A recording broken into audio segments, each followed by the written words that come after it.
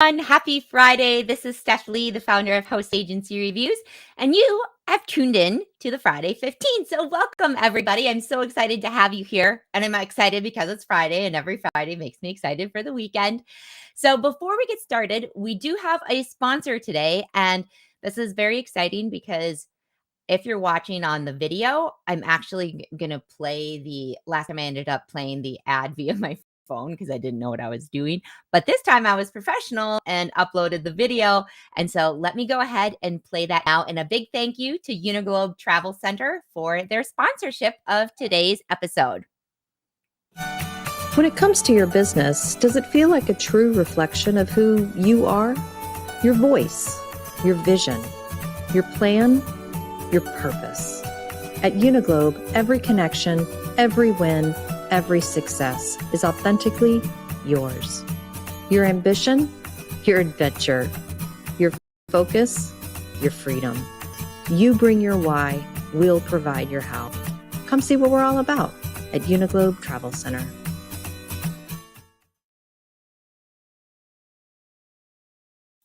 Well, how snazzy was that? Pretty darn snazzy. So, and if you're watching on video, you also know I got this neat like boom arm for the microphone. So I look very, very professional today because I am professional. So let's see what we've got going on. Well, first of all, if you have any questions that you'd like to submit for the Friday 15, we do have a lot of room for questions coming up because we have been going through our bank of questions. So if you have any that you've been wondering about, whatever they're about in the industry, we'll find the answer. You can go to hostagencyreviews.com/Friday15 to submit your questions. And you can also sign up for e-reminders for the Friday 15. So let's see. A couple things. The Travel Agent Forum is coming up March 31st through April 3rd in Las Vegas. And the Har team, as usual, is late to the game. And we have finally signed up for it. So we will be there. And if you're going to be there, definitely drop us a note. We love to meet up with readers and get to know people. So we have a booth there as well. And you can check us out during the trade show. Another thing to mention is that our new Travel Agent Chatter podcast will be out next week. So keep an eye in the podcast feed or the YouTube feed. This is a really great one for anyone that's looking to do groups or destination weddings. It's an advisor that has an amazing, it's actually great for anyone because she has an amazing website that the clients fall in love with her. And so she has a close ratio of 85% once she gets people on the phone. So last thing is our complete ultimate guide to getting your travel agency set up. So that's a course we launched about a month ago. And I just wanted to let everyone know we have updated the landing page. So it has a little bit more information on the course. There are free lesson previews that you can get a taste for what the learning is like. There are 87 different lessons in there. There's 7 hours of content, video content, and there are 48 resources and downloads that are exclusive to the course. So I'm just going to pull up the site really quick, the landing page, and just show you we have the list of resources there. So if you wanted to take a peek at them, some of them are already on the site, but we have improved them and revamped them for the course. So they're not the same, but a lot of them are unique to the course. So take a look at if you're someone that's struggling with getting your agency started. Maybe you've been in the 7-day setup, but it's just not working for you. So here's a good course review from someone that said, I followed the 7-day setup, but I realized I still had a lot of questions, or rather than when one question was answered, 2 more popped up. Following this course really pushed me over that fence to get started. And I really appreciate the access to instructors, Q&A sessions, and the community space. So thank you, Grace, for that wonderful review of the course, and congrats on starting up your agency. So let's see, that was all my announcements for today. So let's get into our questions. All right, first one comes on from Anonymous. I have the contract for the host agency that I believe I want to join, and I am doing my due diligence, but I believe I am reading something that resembles a non-disparagement clause. The wording makes me feel uncomfortable that if I posted a bad review when I left and someone didn't join them because of my review, they could come after me. Maybe I'm overthinking this. So, non-disparagement clauses. This is something we've seen with just a handful of host agencies within the last maybe 5 years or so. And so I wasn't exactly sure on non-disparagement clauses since I'm not an attorney. So I reached out to travel industry attorney Mark Pastrant, and asked him, I sent him over the question, and then I'd also seen something in the news headlines. I'm not sure if anyone else saw this, but there was something about um, employers are no longer able to tie getting severance pay to a non-disparagement clause. And I was like, is that, I asked Mark as well, is that tie in? I know they're independent contractors, but does that tie in at all that these non-disparagement clauses can't be enforced? So this is what he said. He said, non-disparagement clauses in IC contracts are certainly legal and enforceable. Gags on free speech by private companies are legal, which I think is an awesome sentence. And then he says the NLRB, which is the National Labor Relations Board, which was who I think had brought the suit. The National NLRB case doesn't apply because the severance agreements made the workers waive statutory rights, which ICs don't have in the first place. So, a couple things for you, Anonymous. One, I'm really glad you're reading your contract because that is incredibly important when you're starting your agency. The other thing is that we're going to post a link up to our blog on travel agent contracts, what to look for. So, let me just pull it up really quickly. And if you're not watching this, you can find this by going to the search field or part of the site and typing in legend contracts, and it'll pull this up.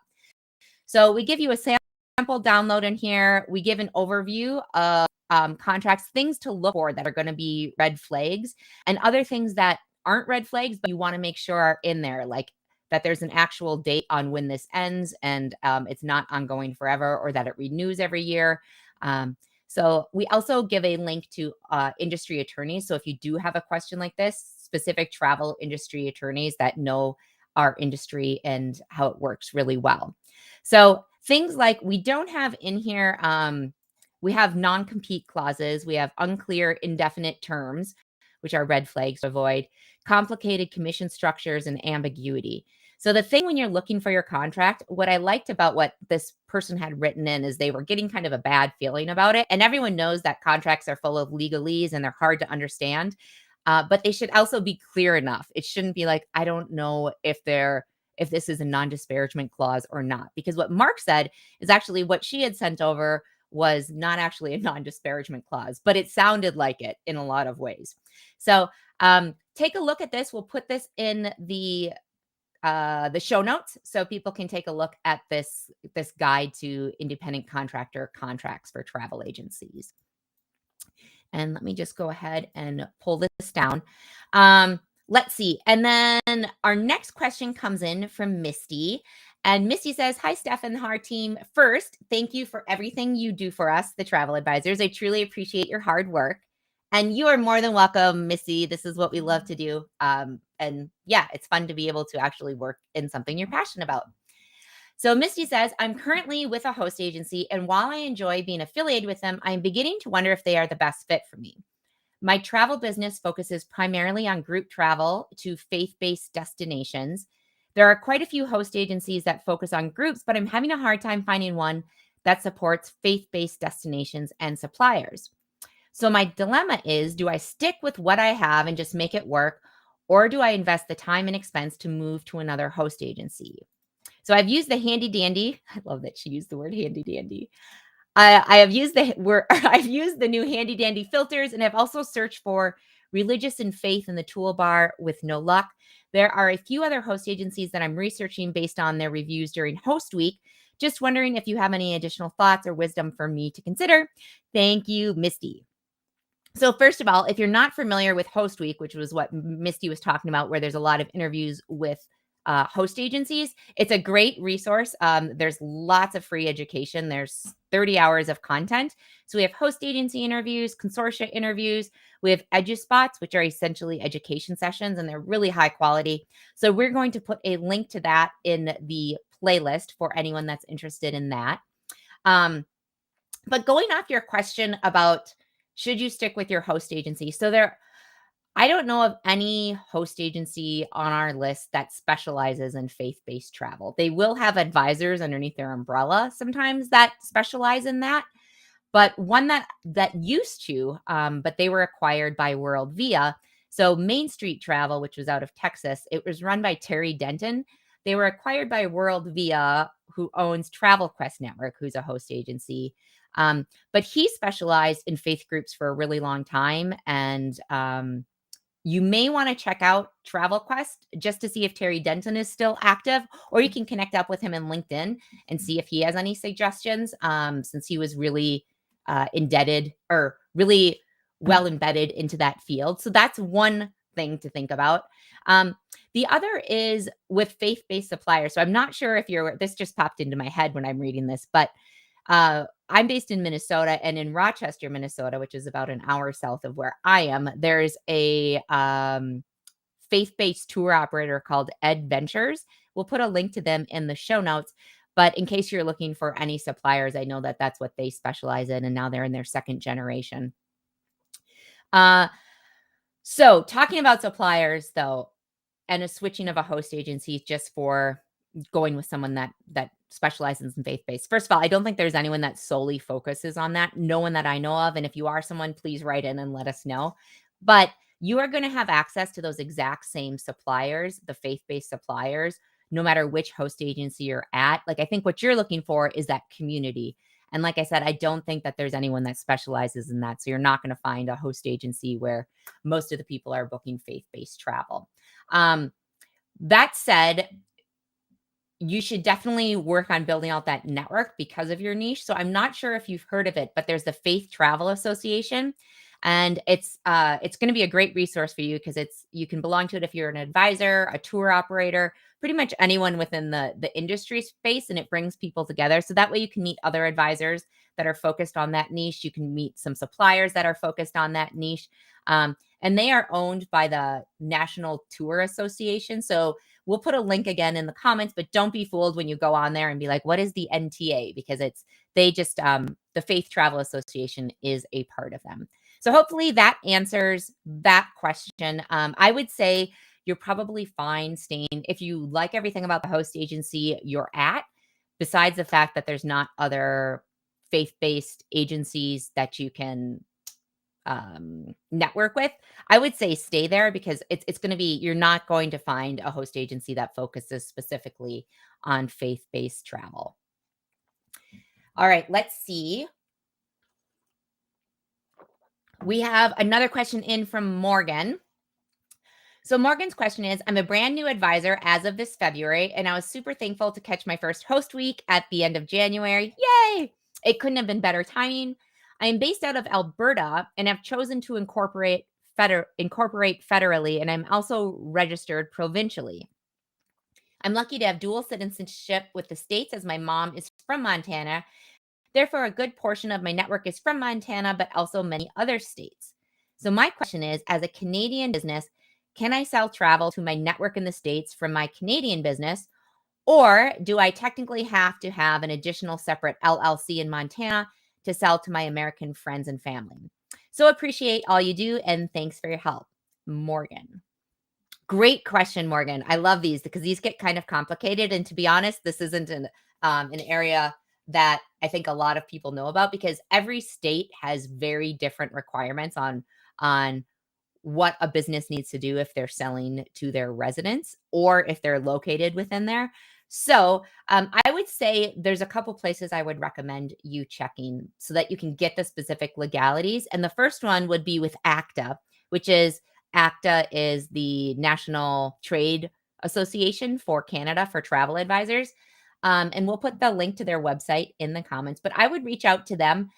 Avery will probably be the one you're speaking to because he does a lot of the regulations and things, and he may know about this. But I would say that if you're based in Canada and you're registered in Canada, it would be the same as, if we're in the United States and we happen to have a friend that lives in France and we do a booking for them. The complications that come from it are more that the suppliers you access might be a little bit different. And for you, it might be different with charging versus American dollars versus Canadian dollars. So those are the complications you're going to run into. But I don't think there's any rule against you selling to people outside the country. And specifically with Montana, it would be ridiculous. So it would be ridiculous if every state had businesses register that was selling to any of the people that lived in their state. So I think on a broad basis, we can say that's not normal. But just to be safe, I would have you check in with Montana's Secretary of State, and we will put that in the comments. Um, because you don't have employees, things get different if you have employees or you have an office in the state. So if you end up having an employee in Montana, you're going to have to register. And what you would have to do is not necessarily start up a brand new LLC. You would register as a foreign entity. At least that's the way it works in the United States if you're a US business. Again, it might be different if you're a Canadian one, but I'm imagining they work with international corporations and you just need to register as a foreign entity. So hopefully that gives you some answers and some resources to follow up on. Just a quick thanks to our sponsor again for sponsoring this session and making it possible. So thank you, Uniglobe Travel Center. We're going to put a link to their Har profile for anyone that's interested in the show notes. And then coming up, so the next 2 weeks, well, let's see, the next 3 weeks, we actually either have sponsorships. So there's not actually a co-host, which is a little bit sad. But on the 31st, we do have a co-host again. We'll be kicking off things with Geraldine Ree, who, if you're not familiar with, she is kind of a coach for travel agencies.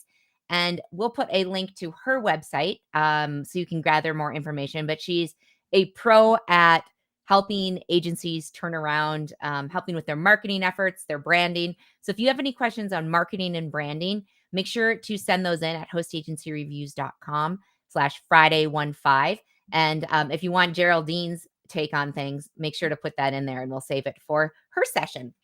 And that is it, everybody. So just a reminder that if you like the Friday 15, first of all, please go ahead and leave a review if you're listening to the podcast, or give it a thumbs up if you are on YouTube and subscribe to our channel. But you can also get email and text message reminders every Friday that will go ahead and tell you what the topics are we're going to be talking about, who the co-hosts are, and then a direct link to where you can watch it. So you can sign up for that at hostagencyreviews.com/Friday15. And that is all for me, everybody. Have a wonderful weekend. I know I'm going to have fun this weekend, and we will see you next Friday at 12 p.m. Central Time.